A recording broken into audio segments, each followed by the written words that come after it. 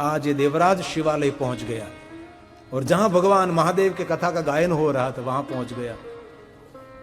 और कथा सुनते सुनते उनके शरीर का अंत आ गई, क्योंकि वृद्ध था, बुढ़ा था, थका हुआ था, रोगिष्ट था, इसलिए उनकी मृत्यु हुई। स्थूल देह की व्यवस्था स्थानिक लोग करते हैं, लेकिन सूक्ष्म देह की व्यवस्था जैसे हमारे कर्म ऐसी व्यवस्था होगी। देवराज के कोई शुभ कर्म नहीं थे, यमराज लेने की तैयारी कर रहे थे। इसी समय शंकर भगवान ने अपने गणों को कहा और गणों आवे और देवराज के जीव को लेकर कैलाश गए। और देवराज ने महादेव को पूछा, महादेव मैं तो एक पापी जीवात्मा, यम के दूत मुझे नरक में ले जा रहे थे और मैं यहां शिवलोक पहुंच गया। किस जन्म का मेरा पुण्य है, किन प्रकार का मेरा पुण्य है? तब शंकर भगवान ने कहा, देवराज तेरे पास कोई पुण्य नहीं है, तेरा कोई पूर्व जन्म का पुण्य नहीं है। लेकिन सुन देवराज, तेरे जो वृद्ध माता पिता थे ये मेरे परम भक्त थे, तेरे माता पिता के पुण्य से अंत समय तू शिवालय पहुंच गया।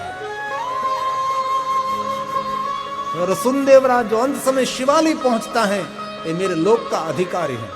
कभी भी कोई शिवालय पहुंचेगे वो मेरे लोक का अधिकारी। तो अंत समय तेरे माता पिता के पुण्य से मेरे शिवालय पहुंचा और जहां मेरी कथा का गायन हो रहा था, तूने भाव से कुभाव से मेरी कथा सुनी। देवराज तू वरदान मांग सकता है।